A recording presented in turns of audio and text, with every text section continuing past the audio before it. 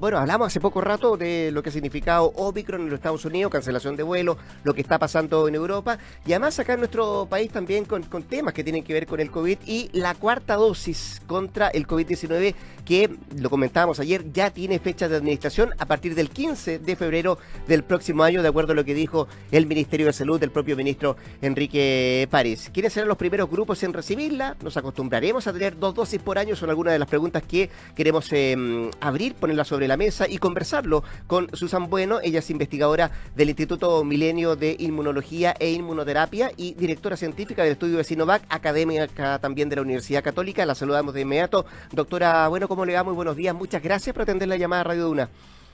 Muy buenos días, Rodrigo. ¿Cómo está? No, bien. ¿Y usted? Todo bien, bien atento a lo que está pasando alrededor del mundo con esta nueva variante. Hay que mirar para todos lados, doctora, ¿eh? Pero quiero partir por lo que yo decía al inicio en la introducción de esta conversación respecto a lo que ya conocimos el día de ayer, la información que entrega el propio MinSal de esta cuarta dosis que va a comenzar ya a administrarse a partir del próximo año. En lo específico decía el ministro, cerca del 15 de febrero podríamos partir con esto. Me imagino que esto se mira con buenos ojos, doctora, sobre todo porque si hay algo claro con este virus, y usted me decía, estamos mirando para todos lados, es que por ahora lo único eficaz sigue siendo la vacuna, ¿no? Por supuesto, y todas las medidas. De hecho, todo en este minuto, frente a un virus que tiene las características que tiene, ¿verdad?, que genera variantes y que estas variantes claramente adquieren características que son más beneficiosas para el virus propiamente tal, que es mayor transmisibilidad, que tiene la capacidad, por ejemplo, de ser más resistente a la inmunidad que inducen las vacunas. Definitivamente la vacunación es un elemento que es perentorio para poder prepararnos, pero también seguir manteniendo todas las medidas de prevención del contagio, porque justamente estos microorganismos van modificando sus capacidades y justamente cuando se transmite mucho más rápido la probabilidad de partida de ir infectando primero a las personas que no están vacunadas, segundo, también generar un grado de infección en las personas que están vacunadas y eventualmente, por ejemplo, en países en donde las tasas de vacunación son muy bajas, generar nuevas variantes que tengan características aún más beneficiosas para el virus. Hace muy necesario que la campaña de vacunación sea un elemento fundamental en todos los países. Sí, vamos a ir ya a eso, doctora, porque hay tantas cosas que se están generando a propósito de lo mismo y lo que están adoptando los diferentes gobiernos, pero antes de eso quería preguntarle a propósito de que lo que ha demostrado la evidencia científica es que básicamente disminuye la respuesta inmune y se requiere una dosis de refuerzo para aumentarla. Entonces, cuando escuchamos al ministro que dice, bueno, se nos viene esta cuarta dosis a partir del próximo 15 de febrero, ¿era algo previsible? ¿Vamos a tener que acostumbrarnos a que vamos a tener por lo menos 2 vacunas por año, como lo ha anticipado, lo ha adelantado un poco el MinSal? Claro, porque en la situación actual lo que está ocurriendo es que cada cierta cantidad de tiempo, como lo hemos evidenciado, yo diría que la situación epidemiológica actual, con el nivel de vacunación que existe a nivel mundial, se están generando variantes que tienen estas capacidades que hablábamos de ser más transmisibles, claro, o que se diseminan rápidamente alrededor del mundo 2 veces al año aproximadamente. Y cada vez que aparece una variante nueva, esto significa que son versiones del virus que van cambiando algunas características que hacen justamente que la inmunidad inducida por vacuna sea menos eficiente. Y esto claramente favorece que el virus pueda poder transmitirse e infectar. Ahora, claramente, a medida de que siga, como lo mencioné anteriormente, habiendo lugares en el mundo en donde el porcentaje de vacunación es muy baja, tenemos de alguna manera un grupo de personas que son susceptibles a infectarse con estos virus y generar nuevas variantes que claramente van a ir poniéndonos en esta situación todos los años de que van a ir apareciendo nuevas versiones del virus y que esto requiera, y la herramienta que tenemos actualmente, el día de hoy, es seguir aplicando dosis de refuerzo para mantener niveles de inmunidad bastante elevados que permitan preparar a la persona para enfrentar a estos nuevos microorganismos. Así que yo creo que eso va a seguir ocurriendo mientras no se produzca una situación epidemiológica global en donde un porcentaje, la mayoría de la población esté inmunizada y por lo tanto la circulación viral comienza a reducir. Estamos conversando con la doctora Susan Bueno, académica de la Católica, investigadora del Instituto Milenio de Inmunología e Inmunoterapia. Doctora, queda por definir qué grupos van a ser los prioritarios para esta siguiente etapa, para esta cuarta dosis. Me imagino que todo apunta también al mismo grupo que comenzó la inmunización hace un año atrás. Estamos hablando de los grupos más riesgosos, por cierto, que podrían caer con esta enfermedad. Personal de salud, me imagino que va a estar también en la primera línea. ¿Por ahí va la selección de estos grupos que van a recibir esta cuarta dosis? Bueno, ahí en ese sentido es importante tener en cuenta de que lo que se ha ido observando, y nosotros en el estudio científico clínico que estamos desarrollando en la Universidad Católica, hemos hecho un seguimiento bien riguroso de voluntarios que se han vacunado con Coronavac y que han recibido su dosis de refuerzo, y hemos seguido de manera bien rigurosa en los niveles de inmunidad a diferentes tiempos. De hecho, detectamos que personas a los 6 meses después de haber recibido las primeras dos dosis, reducen sus niveles de anticuerpos neutralizantes, que frente a una nueva variante, por ejemplo, hace necesario que se aplique una dosis de refuerzo. Y actualmente nosotros seguimos evaluando cómo se mantienen los niveles de estos anticuerpos neutralizantes y también células que son muy importantes en la respuesta inmune en el tiempo. Entonces, claramente, actualmente lo que nosotros hemos evidenciado de que después de la dosis de refuerzo, estos niveles de células y anticuerpos todavía se mantienen, no tienen esta caída tan importante en términos de anticuerpos neutralizantes que vimos después de las primeras 2 dosis.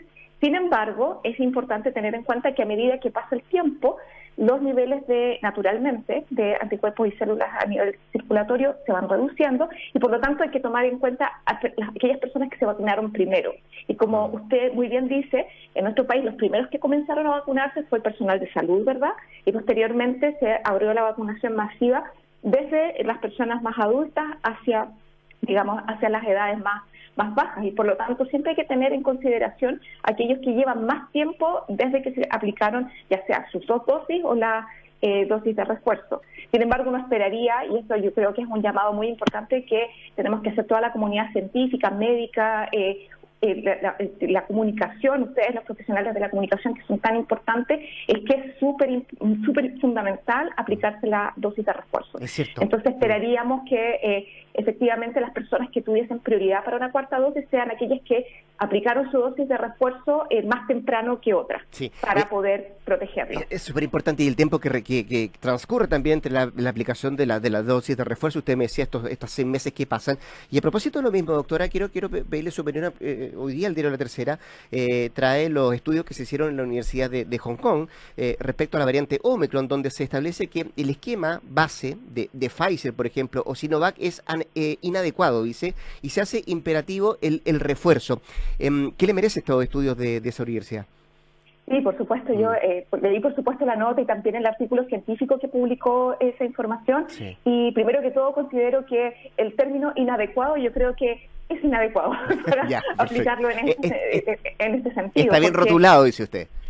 Claro, porque lo que ocurre es que no es que exista un esquema o una vacuna que sea inadecuada. Claramente todas las vacunas van a producir un nivel de inmunidad que va a permitir tener o darle un estatus a la persona de una mejor preparación inmunológica.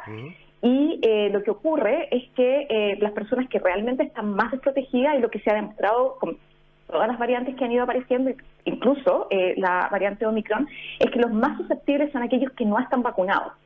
Entonces, claramente la vacuna y cualquier vacuna va a ser apropiada y es adecuada para poder protegernos.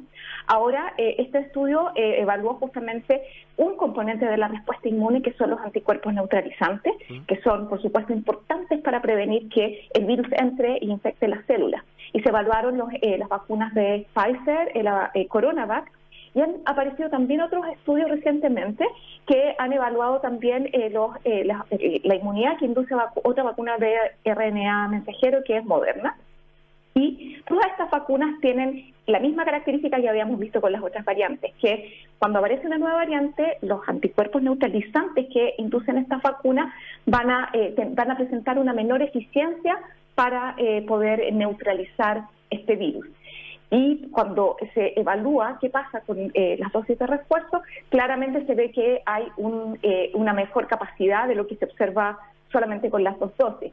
Y eso es importante. O sea, yo creo que el mensaje que hay que tomar de estos artículos es que lo que es fundamental es que la tercera dosis va a permitir incrementar los niveles de anticuerpos neutralizantes que están en nuestra circulación y por lo tanto nos va a permitir tener una mayor capacidad de neutralizar este virus cuando nos encontremos.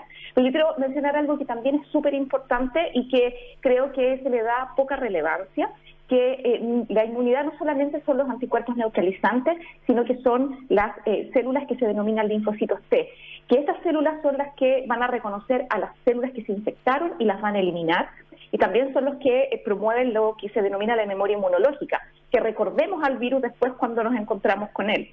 Entonces, estas vacunas, por lo menos nosotros estamos evaluando la vacuna de Sinovac, y lo hemos evaluado para todas las variantes, y estamos obteniendo resultados preliminares para la variante Omicron.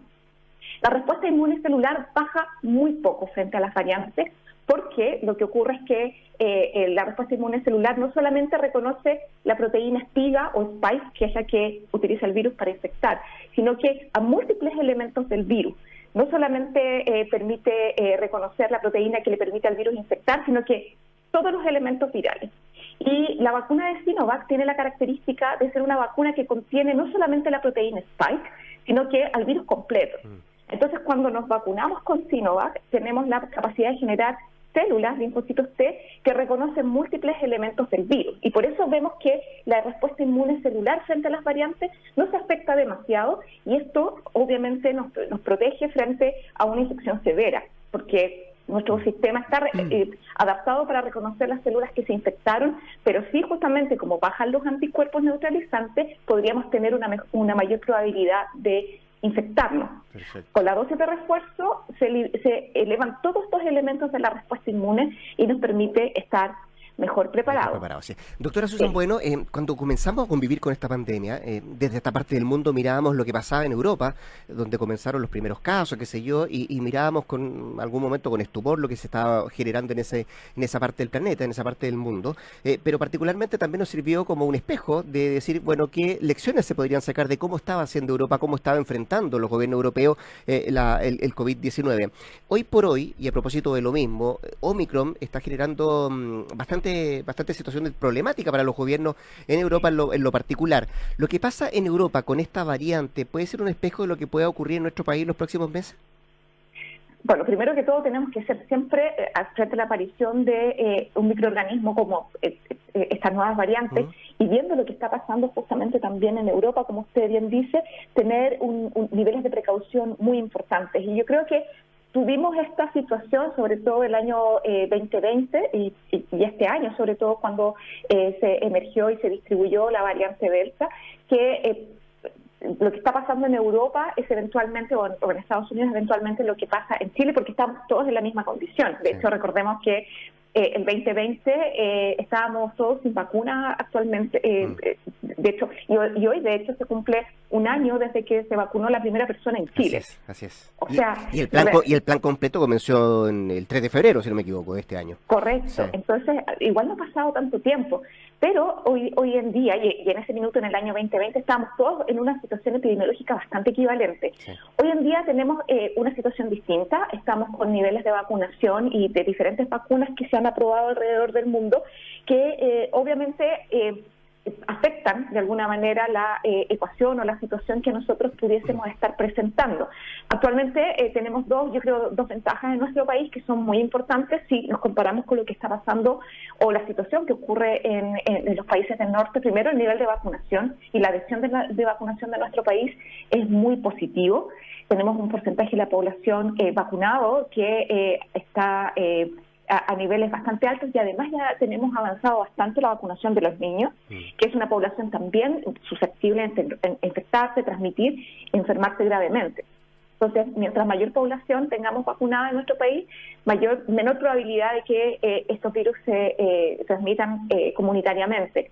Y también tenemos otra ventaja que yo creo que eso hay que reforzarlo, hay que felicitarlo a nuestro país y hay que seguir manteniendo, lo que son el uso de mascarilla, por ejemplo, y comparado con países, por ejemplo, del norte, en donde en muchos lugares no se usa la mascarilla definitivamente porque las personas están vacunadas. Eso yo considero que es un error, porque mientras estemos en pandemia, aunque estemos vacunados, tenemos que seguir protegiéndonos hasta que los niveles de circulación viral a nivel del mundo realmente estén muy bajos. Sin embargo, igual siempre hay que ser muy precavido porque este virus nos ha dado muchas sorpresas. Entonces no podemos confiarnos y decir que, bueno, por nuestra situación que tenemos, podemos nosotros levantar algunas restricciones o ser menos precavidos. Yo creo que ahí tenemos que seguir manteniendo todo lo bueno que hemos hecho y más. Está bien. La doctora Susan Bueno, académica de la Católica, investigadora del Instituto Milenio de Inmunología e Inmunoterapia, esta mañana conversando con Radio Duna. Doctora, por su tiempo, su disposición, sus palabras, qué decirle, 1.000.000 de gracias, que esté muy bien. Muy bien y feliz Navidad. Igual para usted, que esté muy bien. 7:41.